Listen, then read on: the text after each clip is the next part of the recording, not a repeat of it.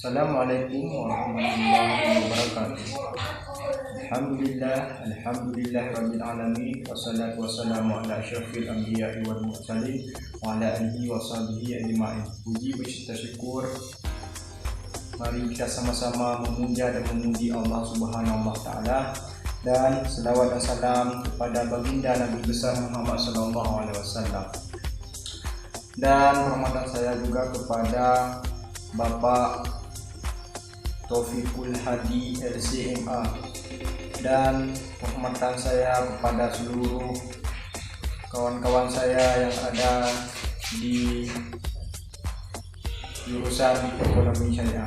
Baik, pada kesempatan kali ini saya akan membahas tentang syarikah imla, syarikah al-uqud mudharabah dan musyarakah.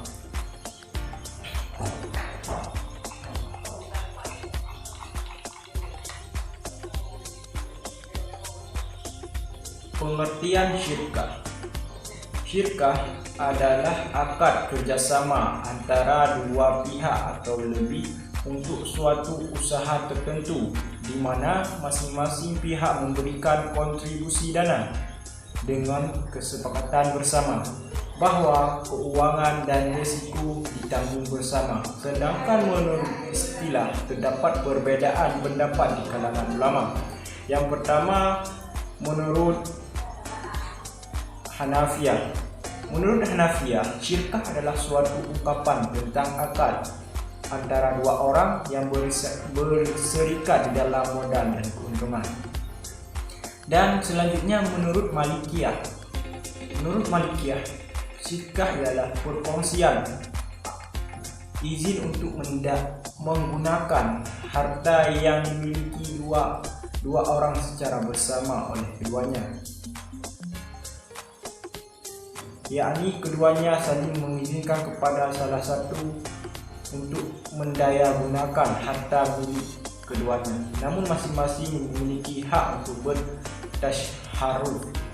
Dan menurut Syafi'iyah, syirkah menurut syara adalah suatu ungkapan tentang tetapnya hak atas suatu barang bagi dua orang atau lebih secara bersama-sama.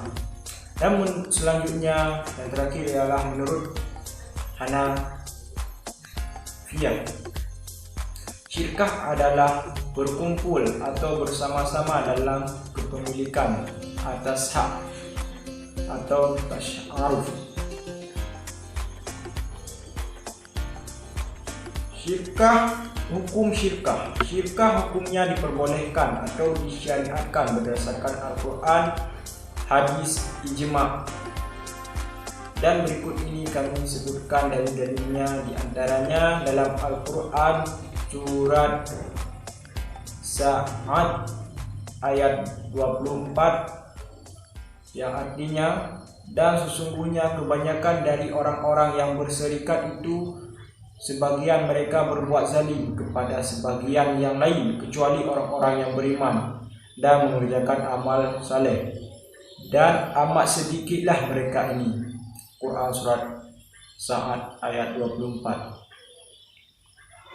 Dan juga dalam hadis yang diriwayatkan oleh Abu Dawud nomor 3383 dan Al-Hakim nomor 2322, yang artinya sesungguhnya Allah Azza wa Jalla berfirman, aku pihak ketiga dari dua orang yang berserikat selama salah satu tidak mengkhianati pihak lain.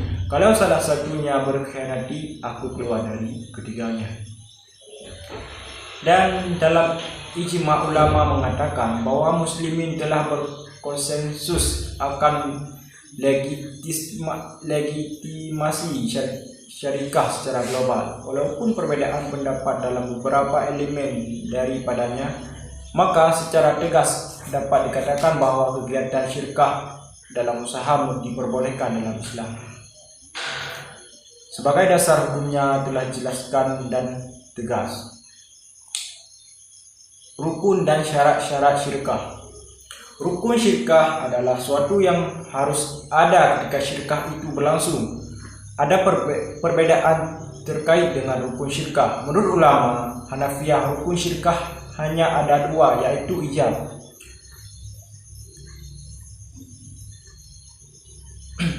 Ijab ialah ungkapan melakukan penawaran persikatan, dan kabul. Kabul ialah ungkapan penerimaan perserikatan.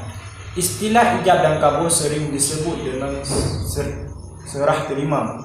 Jika ada yang menambahkan selain ijab dan kabul dalam rukun syirkah, seperti adanya kedua orang yang berakal dan objek yang menurut Hanafiyah itu bukan termasuk rukun tetapi termasuk syarat. Yang selanjutnya, syarat-syarat yang berhubungan dengan syirkah menurut Hanafiyah dibagi menjadi 4 bagian. Sebagai berikut: suatu yang bertalian dengan semua bentuk syirkah, baik dengan harta maupun dengan yang lainnya. Dalam hal ini terdapat 2 syarat, yaitu berkenaan dengan benda, maka benda yang diakadkan harus dapat diterima sebagai perwakilan. Berkenaan dengan keuntungan, yaitu pembagian keuntungan harus jelas dan dapat diketahui dua pihak. Dan selanjutnya, semua yang bertalian dengan syirkah mal. Dalam hal ini terdapat 2 perkara yang harus dipenuhi, yaitu bahwa modal yang dijadikan objek akan syirkah adalah dari ayat pembayaran nuqud seperti junai, rial, dan rupiah. Dan yang selanjutnya, benda yang dijadikan modal ada ketika akad syirkah dilakukan, baik jumlahnya sama maupun beda.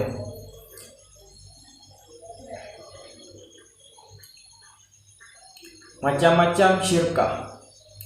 Selanjutnya yang kami akan bahas adalah macam-macam syirkah. Syirkah amlak atau hak milik, yaitu perserikatan 2 orang atau lebih yang dimiliki melalui transaksi jual beli, hadiah, warisan, atau yang lainnya. Dalam bentuk syirkah seperti ini, kedua belah pihak tidak berhak mengusik bagian rekan kongsinya. Ia tidak boleh menggunakan tanpa seizin rekannya. Menurut Syakik Sabik, yang dimaksud dengan syirkah amlak adalah bila lebih dari 1 orang memiliki satu jenis barang tanpa akad, baik bersifat ikhtiari atau jabari. Syirkah mil juga dibagi menjadi 2, yaitu syirkah mil jabar, ialah berkumpulnya 2 orang atau lebih dalam pemilikan suatu benda secara paksa. Syirkah mil ikhtiar ialah ibarat kesepakatan 2 orang atau lebih untuk menyerahkan harta benda masing-masing supaya memperoleh hasil dengan cara mengelola harta itu. Bagi setiap yang berserikat memperoleh bagian yang ditentukan dari keuntungannya. Yang selanjutnya ialah syirkah uqud, transaksional atau kontrak, yaitu akad kerjasama antara 2 orang yang bersekutu dalam modal dan keuntungan. Artinya, bekerjasama ini didahului oleh transaksi dalam penanaman modal dan kesepakatan pembagian keuntungan. Misalnya, dalam transaksi jual beli atau lainnya. Bentuk syirkah seperti inilah yang hendak kami bahas dan tulisan kali ini. Dalam syirkah seperti ini, pihak-pihak yang berkongsi berhak menggunakan barang-barang syirkah dengan kuasa masing-masing. Terima kasih kepada seluruh pemirsa yang telah mendengar. Mohon maaf apabila ada kejanggalan. Saya akhiri dengan wabillahi taufiq. Wassalamualaikum warahmatullahi wabarakatuh.